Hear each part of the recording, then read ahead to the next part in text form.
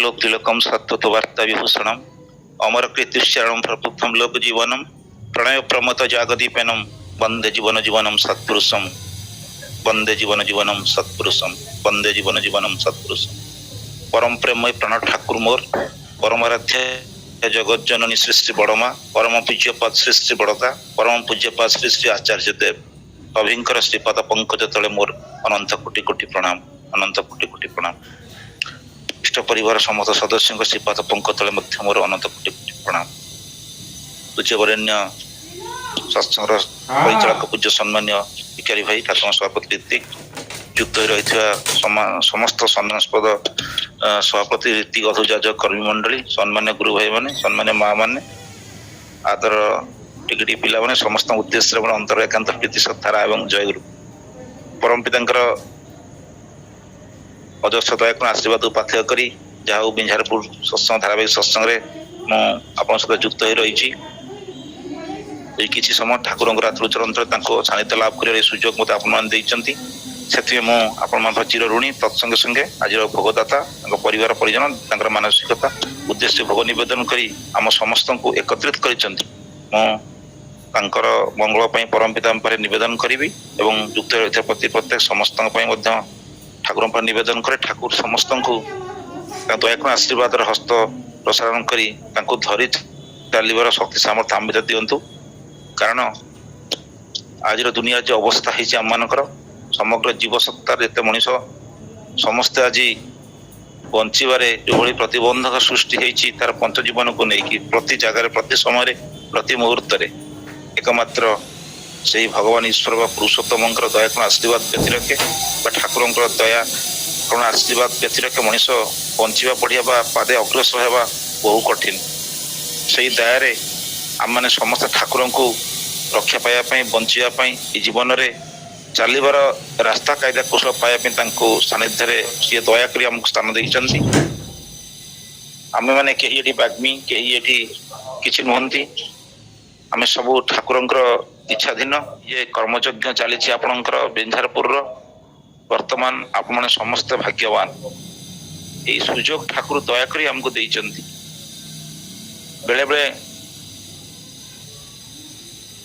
मनीषर एक दुर्दिन को अतिक्रम करने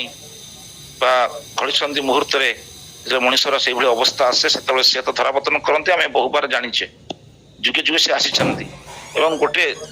समोपयोगी आमर आम जीवन भितर छोट छोट कथा नहीं आम ठाकुर को समस्ते अनुभव करें देखिए गोटे समस्या आसा पूर्वर कि गोटे प्रोब्लेम आसा पूर्वर किसी ठाकुर गोटे इंगित इशारा आम मान पारे आसे से जन कर्मी मध्यम हो गुरु परिवार माध्यम हो ठाकुर कौन गोटे माध्यम माध्यम आम पाख पठा कारण जी जहाँ को तैयारी करें जी जहाँ को सृष्टि करें बापा पुओ को जन्म दे था पुओ झील मान जन्म दे था से पुओ झील मानकर किसी समस्या आसा पूर्वर से बापा माँ अनेक अभिज्ञ होती जानी था पूर्व से शत चेष्टा करती कायदा कौशल करी केमी रक्षा करने बेले बेले अमानिया पुओ झील मैंने पितामाता गुरुजन मानकर मंगल जाति कांक्षी मानकर आदेश निर्देश एवं रक्षा करिवार धारा को श्रवण करी वृत्ति प्रवृत्तिर विरोध में से माने एमती नेगेटिव को चली जाती बहु समस्या सम्मुखीन होती दुर्दशा घेरी बसे और ताद्वारा अनेक गुड़े क्षयक्षति हो जाए विभिन्न प्रकार हावताश हुई से सब नष्टभ्रष्ट हो गला से परवर्ती अवस्था चिंता करती जे यही घटना अघटन घटिया पूर्व मोर बापा माँ ज्ञाति कुटुंब मोर जा मंगलकांक्षी मत के इंगित देते इशारा देते से चिंता कर आम मानकर ओडिया कथार चकी गुड़ कहणी की बोई जाए आ चिंता कले किसी भी हुए ना से भाई आम मान जीवन भितर आम ठाकुर दीक्षा ग्रहण कले ये दीक्षा ग्रहण करवाटा कहीं आम चिंता करी प्लानिंग करी बुझिकी जाणिकी आम ठाकुर कहीं ग्रहण करना केवल दया ठाकुर दया करी आमको से दिन रातुलोचर अंचल स्थान देती से दिन आम जल तुलसी धरी शपथ करते जड़े सभापति ऋतिक देवता सम्मुखें एवं सामना करते ठाकुर आचार्य देव को हाथ में जल तुलसी आउ ठाकुर पांजा बेकर पकई हाथ में धरी जड़े ऋतिक देवता आमको संकल्प कर आजीवन जन्म जन्मांतर मुझे ପ୍ରତିଷ୍ଠା କରି ଚାଲିବି, ଏଇ ଯାହା ଯାହା କରିବି ସେ ସମସ୍ତ ଆମେ ସେଦିନ ଶପଥ କରିଥିଲେ। ସେଇ ଶପଥ ଯାହାର ଯେତେ ବଳବତ୍ତର ହେଇଛି, ସେଇ ଶପଥ ସହିତ ଯିଏ ଯେତେ ପ୍ରତ୍ୟକ୍ଷ ଭାବେ ଆପଣା ସହକାରେ ଚେଷ୍ଟିତ ବା ପାଳନୀୟ ବା କରି ଚାଲିଛି, ସିଏ ସେତେ ତାଙ୍କର ମନ ଲାଖି ମଣିଷ ତ ହେଇଛି ଏବଂ ତାଙ୍କର ସୁରକ୍ଷା ବଳ ଭିତରକୁ ବା ତାଙ୍କର କେନ୍ଦ୍ର ଆଡକୁ ଯାଇ ସେ ସେତେ ସୁରକ୍ଷିତ। ଏଇ କେନ୍ଦ୍ରାୟିତ ଜୀବନ ଯାପନ କରିବା ବା ଗୁରୁଙ୍କୁ କେନ୍ଦ୍ରରେ ବା ମଥାରେ ବହନ କରି ତାଙ୍କ ସହିତ ଯୁକ୍ତ ହେଇ ଚାଲିବା ବେଳେ ମଣିଷ ସୁରକ୍ଷିତ ହୁଏ। ଛୋଟିଆ ଛୋଟିଆ କଥା ଭିତରେ ଆମେ ଜାଣିଛେ, ଯେତେବେଳେ ମା ମାନେ ଆମର ବିରି କୋଳଥ ବା ବିଭିନ୍ନ ପ୍ରକାର ମୁଗ ଯେତେବେଳେ ଫେସାରେ ରଗଡ଼ନ୍ତି, ସେଇ ଫେସାରେ ଗୋଟେ ମଣିଖମ୍ବ ଥାଏ, ଆଉ ସେଇ ତାର ଉପର ଫେସାରେ ଗୋଟେ କଣା ଥାଏ, ସେଇଥିରେ ମୁଠାଏ ବିରି କୋଳଥ ବା ମୁଗ କୁ ସେ ମଝିରେ ପୁରେଇ ଦିଅନ୍ତି ଏବଂ ତଳ ଫେସା ଉପରେ ଉପର ଫେସାଟାକୁ ଜୋରରେ ବୁଲାନ୍ତି, ଘୁରାନ୍ତି ଏବଂ ସେଇ ଶସ୍ୟ ଗୁଡାକ ବା ସେଇ ବିରି ମୁଗ କୋଳଥ ଭାଙ୍ଗି ଖଣ୍ଡ ବିଖଣ୍ଡ ହେଇଯାଏ। ତାପରେ ତାକୁ ବ୍ୟବହାର କରନ୍ତି ତରକାରୀ ବା ଡାଲି କରିବା ପାଇଁ। କିନ୍ତୁ ଯୋଉ ମଣିଖମ୍ବଟା ଥାଏ, ସେ ମଣିଖମ୍ବ ଉପରେ ଆଉ ଗୋଟେ ଫେସା ଥାଏ, ଆଉ ସେ ମଣିଖମ୍ବ ଯୋଉ ତଳ ଫେସା ଉପରେ ଠିଆ ହେଇଥାଏ, ତାର ମୂଳରେ ଦେଖି ଗୋଟେ ସରୁ ଗାତ ଥାଏ ଚାରି ପାଖରେ। ଯୋଉ ବିରି ମୁଗ କୋଳଥ ବା ଡାଲିଟା ବା ଶସ୍ୟଟା ସେଇ ମଣିଖମ୍ବର ଚାରିପଟେ କେତେଟା ରହିଯାଏ, ଦେଖିବେ ସିଏ ଗୁଣ୍ଡ ହେଇନଥାନ୍ତି, ଅକ୍ଷତ। ଯେତେ ରଗଡା ହେଲେ ବି ସିଏ କିନ୍ତୁ ଗୋଟାଳିଆ ଥାଏ। ତା କାରଣ ଯିଏ ଯେତେ ସେଇ ମଣିଖମ୍ବ ପାଖକୁ ଯାଇଥାଏ ସିଏ ସେତେ ଅକ୍ଷତ, ଆଉ ଯିଏ ସେ ମଣିଖମ୍ବର ଯେତେ ଦୂରକୁ ଚାଲିଥାଏ ଫେସାର ଦାଢ ଆଡକୁ ସିଏ ଆଗ ଖଣ୍ଡିଆ ହୁଏ, ଆଗେ କ୍ଷତ ହେଇ ଗୁଣ୍ଡ ହେଇଯାଏ। এই ଛୋଟିଆ ଉଦାହରଣ ବୁଝା ପଡିବ ଯେ ଜୀବନରେ ଯାହାର କେନ୍ଦ୍ର ଅଛି, ଯେ କେନ୍ଦ୍ରଙ୍କ ସହିତ ଅଧିକ ଯୁକ୍ତ ହୁଏ ବା ବେଶୀ କେନ୍ଦ୍ରାୟିତ, ସିଏ ସେତେ ସୁରକ୍ଷିତ। ଆଜିର ଯୋଉଭଳି ଅବସ୍ଥା ଆମମାନଙ୍କ ଜୀବନ ଭିତରେ ପ୍ରତ୍ୟେକଟି କଥା, ସିଏ ମୋର ଘର କଥା ହଉ, ଖାଦ୍ୟ ପାନୀୟକୁ ଗ୍ରହଣ କରି ଜୀବନକୁ ସୁସ୍ଥ ରଖିବା, ଶରୀରକୁ ସୁସ୍ଥ ରଖିବା, ସହନପଟୁ ରଖିବା ବା ପରିବେଶ ପଡାପଡୋଶୀ ବା ଦାମ୍ପତ୍ୟ ଜୀବନ ବା ପିଲା ଛୁଆ ବା ଭାଇ ଭାଇର ସମ୍ପର୍କ ବା ଦେଶ ଦୁନିଆ ରାଷ୍ଟ୍ର କଥା ବା କୃଷି ସ୍ଥାପତ୍ୟ କଳା ଯାହା ଯାହା ଅଛି, ବ୍ୟବସାୟ ବାଣିଜ୍ୟ ଚାକିରି ବ୍ୟବସାୟୀ ସମସ୍ତ କ୍ଷେତ୍ରରେ ଆଜି ଆସ୍ତେ ଆସ୍ତେ ଏଇଭଳି ଦୁର୍ଦିନ ସମୟ ହେଉଛି। ମଣିଷ କୋଉ ଜାଗାରେ ସୁରକ୍ଷିତ ନାହିଁ, ନା ଶାନ୍ତି ଅଛି ନା ଆନନ୍ଦରେ ଅଛି। ବହୁ ସମସ୍ୟା, ଖାଲି ସମସ୍ୟା ସମସ୍ୟା ସମସ୍ୟା। ସେଇଥିପାଇଁ ପ୍ରିୟ ପରମ ଶ୍ରୀ ଠାକୁର ସେଦିନ କହୁଥିଲେ, ସବୁ ସମସ୍ୟାର ସମାଧାନ ଜାଣିଥା ଇଷ୍ଟ ପ୍ରତିଷ୍ଠାନ। ଯୋଉ କଥା ଆମେ ପ୍ରଥମେ ସେଦିନ ଶପଥ କରିଥିଲେ, ଆଜୀବନ ତାଙ୍କୁ ପ୍ରତିଷ୍ଠା କରି ଚାଲିବି। ପ୍ରତିଷ୍ଠା ମାନେ କଣ? ପ୍ରତିଷ୍ଠା ମାନେ ଏଇ ମନ୍ଦିରଟି କରି ଠାକୁର ବିଗ୍ରହ ରଖି ପୂଜା କରିବା ପ୍ରତିଷ୍ଠା ନୁହେଁ, ବା ଯାଜନ କରିକି ଠାକୁର ଶ୍ରୀ ଠାକୁର ପୁରୁଷୋତ୍ତମ ଈଶ୍ୱର ଭଗବାନ ବା ତାଙ୍କ ବିଷୟରେ ଯାହା ଜାଣିଛି ବା ପଢିଛି ତାକୁ କହିବା ବଡ ପଟରେ, ସେ ପ୍ରତିଷ୍ଠା ନୁହେଁ। ସେ ତ ସ୍ୱୟଂ ଯିଏ ସ୍ରଷ୍ଟା, ଯିଏ ଦିନ ଦୁନିଆର ମାଲିକ, ଯିଏ ଯୁଗେ ଯୁଗେ ବିଶ୍ୱ ବ୍ରହ୍ମାଣ୍ଡର ଅଣୁରେଣୁ କୀଟ ପତଙ୍ଗ ନଦୀ ନାଳ ହ୍ରଦ ଚନ୍ଦ୍ର ସୂର୍ଯ୍ୟ ଗ୍ରହ ତାରା 33 କୋଟି ଦେବତା ସମସ୍ତ ଯିଏ ଯାହାଙ୍କ ଇଙ୍ଗିତରେ ପରିଚାଳିତ, ଯାହାଙ୍କର ସିଏ ହଉଛନ୍ତି ସ୍ରଷ୍ଟା, ତାଙ୍କୁ ପୁଣି ଆମେ ପ୍ରତିଷ୍ଠା କଣ କରିବା? ସେଇଆ ଶପଥ କରିଥିଲେ। ଏଇ ହୃଦୟର ଚଳନୀ ଭିତରେ, ମୋର ଜୀବନ ଚଳନୀ ଭିତରେ, ମୋର ଦୈନନ୍ଦିନ କର୍ମ ଭିତରେ, ମୋର ଚିନ୍ତା ବାକ୍ୟ ବ୍ୟବହାର ଚରିତ୍ର ଗଠନ ଖାଦ୍ୟ ପାନୀୟ ବିବାହ ପିଲା ଜନ୍ମ କରିବା ପିଲା ଲାଳନ ପାଳନ କରିବା, ମୋର ବୃତ୍ତି ପ୍ରବୃତ୍ତି, ମୋର ସମସ୍ତ ଅର୍ଥ ତାଙ୍କ ଉଦ୍ଦେଶ୍ୟରେ ତାଙ୍କ ଇଚ୍ଛା ମାଫିକ ମୁଁ କରି ଚାଲିବି ଏବଂ ତାଙ୍କ ସହିତ ମତେ ଟ୍ୟୁନିଂ ହେଇକି ପଡିବାକୁ ପଡିବ। ତାହେଲେ ବିପଦ ଆସୁ, ଦୁଃଖ ଆସୁ, ଦୈନ୍ୟ ଆସୁ, ଅଭାବ ଆସୁ, ଅନାଟନ ଆସୁ, ଅସଙ୍ଗତି ଆସୁ, ଦାରିଦ୍ରତା ଆସୁ, ଯାହା ଯାହା ଆସିବ ସେ ସବୁ ତାଙ୍କରି ଏଇ କର୍ମ କରିବା ଭିତରେ ସାମିଲ ହେବା ଧାରାଟା ଆସ୍ତେ ଆସ୍ତେ ଆସ୍ତେ ଆସ୍ତେ ମୋର ଜୀବନ ଭିତରେ, ମୋର ପିଲା ଛୁଆ ପରିବାର ପରିଜନ ଭିତରେ, ମୋର ସାଙ୍ଗସାଥି ବନ୍ଧୁବାନ୍ଧବ ପଢାପଢି ପରିବେଶ ଭିତରେ ଏଇଟା ଏମିତି ଗୋଟେ ଅଭ୍ୟସ୍ତ ସଂସ୍କାରରେ ପରିଣତ ହେଇଯାଇଥିବ। ମୁଁ ସେଇଟା କରି କରି କରି କରି ଯେତେ ସମସ୍ୟା ଆସୁ ତାର ଉତ୍ତୀର୍ଣ୍ଣ ହବାର ରାସ୍ତା ତାର ଭିତରେ ହେଇଯାଇଥିବ। ସେଇଥିପାଇଁ ଶ୍ରୀ ଠାକୁର ସେଦିନ କହିଥିଲେ, ମଣିଷର ଆକାଂକ୍ଷିତ ମଙ୍ଗଳ ତାର ଅଭ୍ୟସ୍ତ ସଂସ୍କାର ଅନ୍ତରାଳରେ ଥାଏ। ଏ ଅଭ୍ୟସ୍ତ ସଂସ୍କାର ଦୈନନ୍ଦିନ ଇଷ୍ଟଙ୍କୁ ସହିତ ଯୁକ୍ତ ରହି ତାଙ୍କ ଧାରାରେ ନିଜ ଜୀବନ ଚରିତ ଚଳନ ପଞ୍ଚ ଜୀବନକୁ ପରିଚାଳିତ କରିବା। ସେଥିପାଇଁ ସିଏ ବିଭିନ୍ନ ବିଧାନ, ବିଭିନ୍ନ ବାଣୀ, ସର୍ବୋପରି ଆମ ମାନ ପରେ ଶ୍ରୀ ଆଚାର୍ଯ୍ୟ ପରମ୍ପରା, ଆଉ ଏଇ କେନ୍ଦ୍ର ମନ୍ଦିର ଗଠନ, ସତ୍ସଙ୍ଗ ବିହାର, ସତ୍ସଙ୍ଗ କରିବା, ଅର୍ଘ୍ୟାଦି ବିଭିନ୍ନ କଥା ବେଳେ ବେଳେ ଗୋଟେ ଗୋଟେ ସମସ୍ୟା ଭିତରେ ଗୋଟେ ଜାଗାରେ ସୃଷ୍ଟି ହୁଏ। ଆଜି ଆମ ବିଞ୍ଝାରପୁର ସତ୍ସଙ୍ଗ ଶ୍ରୀ ମନ୍ଦିର ଯେ ଏଇ ସମୟରେ ଆରମ୍ଭ ହେଇଛି, ଏଇଟା କାହିଁ ଆଉ 5 ବର୍ଷ ପୂର୍ବରୁ ହେଲା ନାହିଁ ବା 5 ବର୍ଷ ପରେ ହେଲା ନାହିଁ। ଆମର ସ୍ୱସ୍ତିବାର ଗଣମଧୁର କାହିଁ ସେଇ ସମୟରେ ଆରମ୍ଭ ହେଲା। ପୂଜ୍ୟ ବିଜୟ ଭାଇ, ପୂଜ୍ୟ ବିନାୟକ ଦାସ ଦେବା କେନ୍ଦ୍ର କ୍ରମ ପୂଜ୍ୟ ବେଙ୍କି ଦାଙ୍କର ଆଗମନ ସେଇ ସମୟରେ, ଏବେ କାହିଁ ହଉନାହିଁ? ଏଇଭଳି କିଛି କାମ ଧନ୍ଦା ମୁଁ ତ এই ଭାଇଙ୍କର ପ୍ରେରଣା ତାଙ୍କ ବିଞ୍ଝାରପୁର ଗୁରୁ ଭାଇ କିଛି କହିବା ଆବଶ୍ୟକ ନାହିଁ। ଆମେ ଯାହା ହେଇଛୁ ଯାହା ହବାକୁ ଯାଉଛୁ ସବୁ ତ ଆପଣଙ୍କ ଅଞ୍ଚଳର ସୃଷ୍ଟି। ତେଣୁ ମୁଁ ଦେଖିଛି ଛୋଟିଆ ଛୋଟିଆ ଅନୁଭୂତି ଭିତରେ ଯେତେବେଳେ ଦୁର୍ଦିନ ସମୟ ଥିଲା ଆମମାନଙ୍କର ବେକାରୀ ଜୀବନ ଭିତରେ ଏକ ପଇସାର ଆମେ ସାମର୍ଥ୍ୟ ନଥିଲୁ, ଶକ୍ତି ସାମର୍ଥ୍ୟ ନଥିଲା, ସେତେବେଳେ ସ୍ୱସ୍ତି ବିହାର ଗଣମତର ସମସ୍ତ ଗୁରୁ ଭାଇ ମାନଙ୍କୁ ପୂଜ୍ୟ ବିଜୟ ଗୋଟେ ବାଇକ୍ ଧରି ଆସି ଆମକୁ ଏକତ୍ରିତ କରି ସଂଗଠିତ କରିଥିଲେ। ବେଳେ ବେଳେ ଭାରି କଷ୍ଟ ଲାଗେ ଭାଇଙ୍କର ଯୋଉ ତୋଖର ତାଗିଦ କଥା, ଏଇ କାମ କରିବାକୁ ପଡିବ, ଏଇ ସମୟରେ କରିବାକୁ ପଡିବ, ସମୟ ସୀମା ଭିତରେ କରିବାକୁ ପଡିବ, ଏତିକି ଅର୍ଘ୍ୟ ଦେବାକୁ ପଡିବ। ସେତେବେଳେ ଆମକୁ ବିରାଟ ଆକାର ଲାଗେ, ବିଶାଳ ଲାଗେ, ବହୁ କଷ୍ଟ ଲାଗେ, ଭାରି ଭୟ ଲାଗେ ଏବଂ ବେଳେ ମନ ଭିତରେ ଟିକେ କଷ୍ଟ ଆସେ। ଏବେ ଯେ ଅନୁଭୂତି ଭିତରେ ଯାହା ଆମେ ପାଇଛୁ, ଯାହା ହେଇଛୁ, ଯାହା ଯାହା ଘଟିଛି ସେଇ ସବୁ ଏବେ ଲାଗୁଛି ସେତେବେଳେ ଆମମାନେ ବୋଧେ ଆବଶ୍ୟକ ଥିଲା।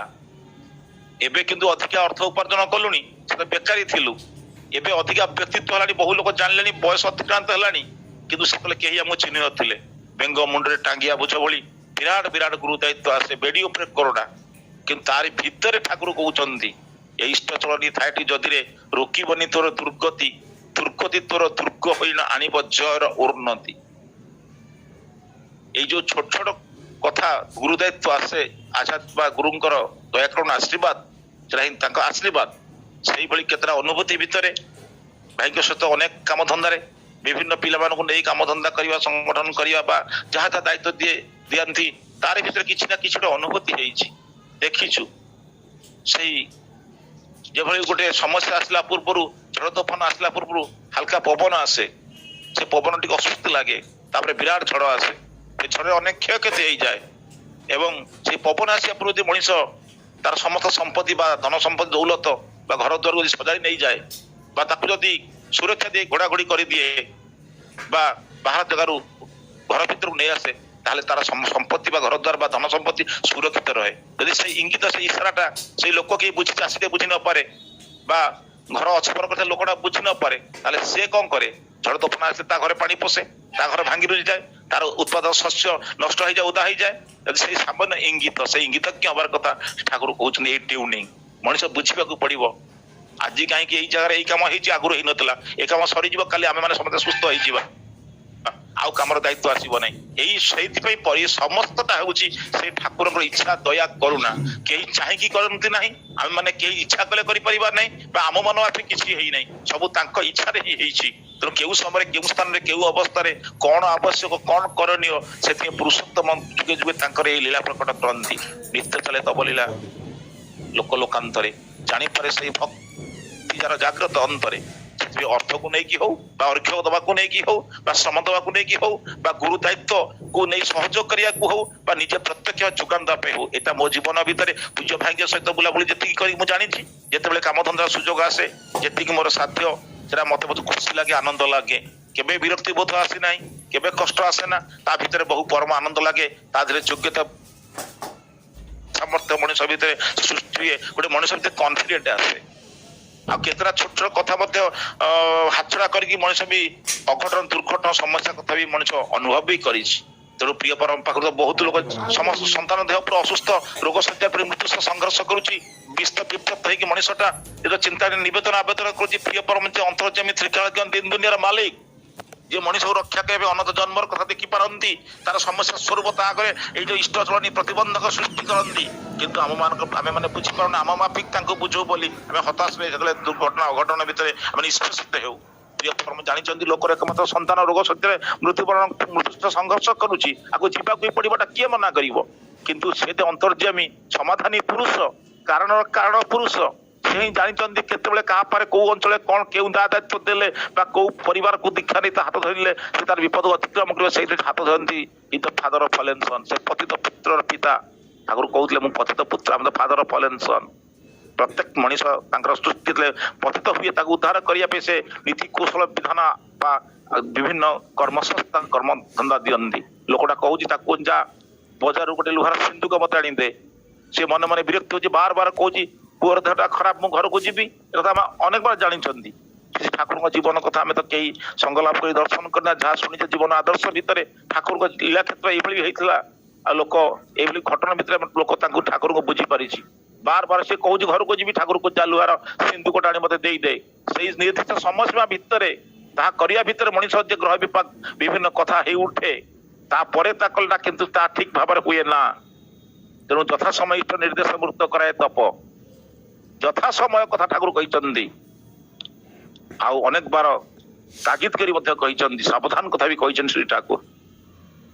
लोकटा किंतु बुझी पारुनी ठाकुर कथा शुणुची प्रणाम कर ठाकुर विरक्त बहु बार कह ठाकुर कहते घर को जाऊँ घरे गला ताकू देखी बहुत दिन धरी असहावस्था बापा को न देखते संतान प्राणवायु चली जाऊँ श्रुतिवाद क्रिया कम सारी प्रत्यावर्तन आश्रम आश्रमवासी रही कम धंदा आश्रम ठाकुर कम करती मन पड़ी ठाकुर तो मागुले लुहार सिंधुक प्रिय परम आचार्य बा ईश्वर गुरु पुरुषोत्तम निज किसी आवश्यक नहीं जो क्रिया कर्म जो सेतु बंध बा महाभारत रामायण जहाँ सृष्टि करते अधुना श्री ठाकुर यही कलिजुगर घड़ी मुहूर्त केन्द्र मंदिर सत्संग अर्घ्य विभिन्न दीक्षा जहाँ जजन जाजन इष्ट जहाँ जहाँ प्रणयन कर सत्संग धारा भीतर देखी सबू सर्प परी आमको विश्व ब्रह्मांड को प्रत्येक मनीष केवल रक्षा रक्षा करने केवल आनंद शांति स्वस्थ जीवन जापन करने असंगति घर को संगति सृष्टि करने पारिवारिक सुख शांति आड़ी तार पंचजीवन को मधुमय करने व्यक्तिर निजस्व चाहिदा स्वार्थ किसी भी नथिला से दिन लोकटा फेरिकी आसी श्रुतिवादी कम सारी घरे किसी दिन रही मन दुखरे टिके शांत परिवेश प्रत्यावर्तन कर आश्रम को आसला बेले गोटे कौन ट्रली ना कौन गोटे बड़ भल सिंधुक बजार किणिकी आणुची प्रिय परम पाखक सतेज श्री ठाकुर जमी से लुहार सिंधुकड़ा व्यक्तिगत आवश्यक थिला पुअर मृत्यु सहित संघर्ष कर पिता पाखे घर को जावा परिवर्ते लुहार सिंधुक मागुले ये छोटिया कथा से बुझी पारि नथिला जे यथा समय इष्ट निर्देश मृत कराए तप प्रिय परम से सिंधु को चाहूना तो चक्षु प्रत्याप्त अनेक कथा कहते मागिला बेले तो देलु ना तापर जातकता तार देखा ज्योतिष पाखे प्रणेदा पाखे पाखे देखा से कहते एकमात्र संतान मृत्यु होगला अकाल वियोग होगला ये दुख निष्पेषित होगला तार विराट ग्रह दोष थिला कौन गोटे शुद्ध ब्राह्मण को किसी लोह दान करते तोर विराट ग्रहटा खंडन होता से बुझीपारी प्रथम जहाँ कहते जिते चकी गुड़ कौणी बहीगला आम चिंता कले कि हुए ना समय किंतु अतिक्रांत हो समय बड़ बलवान ये समय कालचक्र आम समस्त निष्पेषित आम समस्त परिचालित से समय आउ जो ट्यूनिंग सहित जो इंगितज्ञ हेबा आमर परम साधना नाम ध्यान प्रचुर जदि कहीं करूए जदि ठाकुर को कहीं भल पाऊए आचार्य सह ट्यून होता है जे मु दीक्षा नहीं से ही केवल इंगितज्ञ हो पार समय कथा को बुझी पार यथा समय मोर कौन करणीय कौन न करणीय मंदिर आज सरीज अनेक जगह मंदिर सरी जाइए परवर्ती अवस्था अनेक लोक भावी अनेक कथा मिलता सुराक दे पारे नहीं साध्यातीत भाव में जीवन को उत्सर्ग दे तनु मन धन दे जहाँ पाखे जहाँ शक्ति अच्छी कहा पर गुण अच्छी कहा पर श्रम अच्छी कहा पर अर्थ अच्छी कहा पर प्रेरणा अच्छी कहा पर अन्य को ठाणी अन्य को जोगान दबार भी सुजोग अच्छी जमी कहीं वंचित जड़े भी न हुए अर्थ मान जस परवर्ती अवस्था आसो कि मंगल सब समय आसब ना मंगल वार्ता मंगल समय मंगल निर्देश मंगल अधिकारी हबार समय गोटे निर्दिष्ट समय थाए यही लोकटा बुझी परवर्ती अवस्था चिंता करी मन पड़े मोर से दिन श्री आचार्य गोटे जीवन गोटे अनुभूति शुणी श्री श्री दादा थे नाटमंड थे देवघर अवस्थान करुँच जो जगह बर्तमान आम अधुना आचार्य बसुँ से गोटे लंबा घर था से समय कला अनेक समय जुगाचार्य श्री श्री बड़दा जो थे से समय से बसिक अनेक भक्त सहित आलाप आलोचना करती सेपटे नाटमंडप श्री श्री बड़दा बसचंती एवं दादा से हल बसी बहुत भक्त सहित आलाप आलोचना करुँच धोतीटा पिंधि एवं देहरु कामिटा खोलिकी बाहर रखी अनेक आलाप आलोचना भितर जमी गोटे माने डेंस आलोचना हो जाइए समस्ते तन्मय होकर कथा शुणुंट हठात कि श्री दादा कले पंजाबीटा पिंधिदेले पिंधेकी समस्त कहीकि बाहर को चलीगले आउ डोर खोलिकी रास्ता चली जाऊँ श्री श्री बड़दा जो नाटक मंडल बसचंती देखला बाटे संजीव मंडल आसुंच संजीव मंडल प्रणाम कर कहते जे मु आपण पाखु आसुली श्री श्री दादा कहते बाबा डाकुन तो ये कह हाँ बाबा डाकुंट बोली आपण को डाकिया कहले बोली मुझे आसिली ये आगे चलले संजीता पर जाऊँगी संजीता आसुन डाकिया आचार्य कहते बाबा मत आगे कहते बाबा मत डाकुले तो हाँ डकई पठेदे आप पाखु आसुली चलिए आश्चर्य ये मत तो श्री श्री बड़दा कहले श्री दादा को डाकियापाई मु तो कही नहीं सी अधा बाटे से गले जाकि श्री श्री बड़दा को आचार्य प्रणाम करुँच प्रणाम कलापर हठात कि प्रणाम कर उठी बसिकी आसाम जड़े कौन कर्मी बा जड़े विशिष्ट लोकंर नाम आउ ठिकना श्री श्री आचार्य मुहर बाहरी पड़ुची समस्त नाटक मंडप थे आश्चर्य तार इतिपूर्वर श्री श्री बड़दा से लोकर नाटा ठिकनाटा मन पड़ू नाला आ संजीव दादा पठे कौन गोटे गुरुत्वपूर्ण आवश्यक आलोचना जे जहाँ दादा को डाकीदे सी जानी चिन्ह ता विषय जानी एक कहीकि सी पठे संजीव दादा शिष्य आचार्य देव को डाकवाई कि जाए आचार्य देव ता स्वतःपूत गंजीटा ना कामीटा पिंधे अधा बाटे संजीव दादा फेटिले और श्री बड़दा को प्रणाम कलापर से लोकर ना और तार ठिकना जहाँ चाहूले श्री बड़दा से मुहर स्पंटानियस बाहरी पड़ी यही हूँ आचार्य परंपरा श्री ठाकुर धर संतान भितर ठाकुर जीवंत आउर ट्यूनिंग यहाँ हूँ इंगितज्ञ बेले बेले आम मान अनेक संदेश अनेक खबर आम कान आसी आम पाखे डोर रे नकिंग कले भी आम से जोगान दबार भी कुंठाबोध करो ये हूँ शिथिलता ये शिथिलता ये आलस्यता आत्मबरिता यहाँ मनीष को अनेक दूर को नहीं जाए तेणु श्री ठाकुर से कहते उषा निशा मंत्र साधन चलाबुलारे जप यथा समय इष्ट निर्देश मूर्त कराए तप ये छोट छोट कथा भितर जदि मनीष भल पाए आ ट्यूनिंग हो उठे ताले जिते दुर्दिन आसू जिते समस्या आसू मनीष गोटे भरोसा रही मालिक अच्छा ठाकुर अच्छा से विभिन्न कर्मयज्ञ श्री ठाकुर कहते मोर कारण सत्ता को न बुझी मोर कर्म सत्ता को अनुसरण कर ठाकुर कहीं कौन दबा कौन कौन आवश्यक एटा करवा सेटा करवा ये सब किसी एनालिसिस करवा आम मान शक्ति ना आम मान कर्तव्य नुहे आम से लेवल को जाइना आम मान परम कर्तव्य हूँ श्री ठाकुर कहते श्री आचार्य कहते शुभ चिंता तत्क्षणात मो कान को आसी एटा मु केमिति आदि जोगान देवी आउ जोगान दे मु धन्य हेबी और अन्य को बचाइबी ये अन्य को बचे निजे बचार जो कौशल जो कायदा जो विधान जो धारा श्री ठाकुर 81 वर्ष जीवन भितर ये समस्त मनीष को रक्षा करने जहाँ जहाँ देगले हजार हजार पृष्ठर बाणी अनेक जीवन आदर्श कथा अनेक लीला वृत्तांत अनेक दैनंदिन घटना केते मनीष को परिवर्तन करिसंती केते मनीष जीवन संधान पाई चरम संधान पाई तार भितर लुचि रही अनेक गुड़िए गुण भी परिवर्तन होती गोटे चोर को लोक मारधर करुँच गोड़े की पिटापिटी कर राजरास्त लोक हाथ जोड़ी चित्कार करी बंचा बंचा बोले चित्कार कर प्रिय परमेश्वर चली चली आस ठाकुर को देखी समस्त हाथ हाथ बंद हो ठाकुर हाथ उठे कई मारना बोली कहते समस्ते बंद कर बाड़ेवा से लोक आश्वस्त लाभ करुच्ची ठाकुर देखी समस्ते पलि जाइए आ कि ठाकुर कही ना ठाकुर ये कहते से लोकटार अभाव से लोकटा दुख से लोकटार समस्या से लोकटा कहीं चोरी करुच्ची एक कहीं तो बुझीना बरम चोर कही राजरास्ता घृणित निष्पेषित कही मारपिट कर मारधर कर तले पकईकी गोड़े गोड़े बाड़ाबाड़ी करुच ये छोटिया कथा किए मारधर करना परवर्त कथा से लोकटा सबुदिन जाइए श्री ठाकुर पाखे बसी खाली ठाकुर को चाही खाली अनई अनेक दिन पर ठाकुर ता अगोचर घर को पिला छुआ आवश्यकता अभाव अनाटन किसी व्यवस्था कर सबुदिन पठाती परवर्त अवस्था से लोकर काले महान परिवर्तन हो जाइए जो लोक दैनंदिन चर्चा करूला अनेक दिन पर धरा पड़ी आश्रम गुरु भाई कर्मी मान द्वारा लांछित पीड़ित हो राजरास्त गोड़े गोड़े मारधर माड़ खाऊला से लोक परवर्ती अवस्था आश्रम सुरक्षा दायित्व रही से सुरक्षा देवाई तत्पर हो आसती पुरुषोत्तम ईश्वर भगवान परशमणि रूप से मनीष भितर विभिन्न आटाचमेंट भितर देकी सहित जुक्त भाव भितर देकी कर्म हो चिंता हो साधना हो आचार्य परंपरा हो भल भाव भितर देकी देखा जाए यही छोटिया छोटिया मनीष भितर केते गुड़िया शक्ति अच्छी संभाव्यता अच्छी केते गुड़िया विराट वैशिष्ट्य अच्छी आस्ते आस्ते पॉजिटिव रे जाए अदरवाइज जमी गोटे लुहा गोटे चुंबकटा को आने लुहार घषिले चुंबकीय गुणटा सृष्टि हुए कारण से चुंबक भितर जो गुण अच्छी लुहार घर्षण चुंबकीय शक्ति सृष्टि हुए जमी परशमणि सहित जुक्त हेले विधान सहित कर्म सहित